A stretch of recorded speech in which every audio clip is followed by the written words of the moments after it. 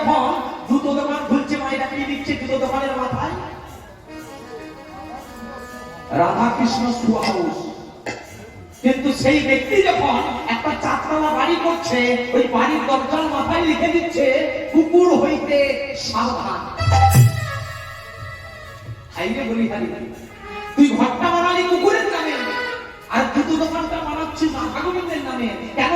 তোর দোকানে এসে কি রাধা গোবিন্দ জুতো বিক্রি করবে? কেন? দরজার মাথায় যদি লিখত জয় শ্রীরাম, দরজার মাথায় যদি লিখত গীতায় গৌরের জয়, দরজার মাথায় ব্যক্তি লিখত রাধা গোবিন্দ ভগবান। আপনারা সবাই জানেন হনুমানের যখন মেঘে আগুন ধরিয়ে দিয়েছিল মা, সারা লঙ্কাটা পুড়ে গিয়েছিল। কিন্তু হনুমান ভাবলো যে একজনের ঘরে আমি আগুন প্রসাদটা দেব না, সেটি কার ঘর? শুধু বিভীষণ নয়, সেটা হলো ভক্ত বিভীষণ। বিভীষণের ঘরটা কেন পুড়ল না?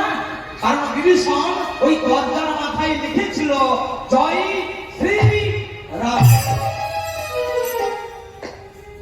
ভগবানের নাম লিখেছিল বলে ঘরটা পুড়ল না।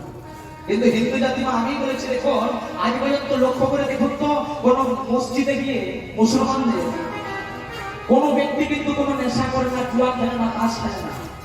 কিন্তু আজ পর্যন্ত প্রত্যেকটা হিন্দুদের নাট মন্দিরে তাস খেলা হচ্ছে, জুয়া খেলছে, নেশা করছে, মদ্যপান করছে। এটাই কলিযুগ। এই অন্তরঙ্গ জ্ঞান যদি না থাকে তোমার ভক্তি আসবে না। ছোটবেলায় ছেলেকে শিখান যে সকালবেলা হলে মায়ের দিকে বলছি মা গুড মর্নিং শিখাবেন না, কি শিখাবেন?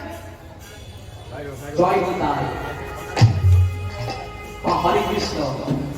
গুড নাইট রাত্রেবেলা শেখাবেন না, বলবেন জয় গরু। আর বাবাকে বাবা বলে ডাকতে শিখাবেন, মাকে মা বলো। কেন? এখন গরিবকে কি বলে মাকে? বাবা মা মাম্মি। আবার আরেকটা ভালোবাসায় বলে মম। আর বাবাকে কি বলে গো?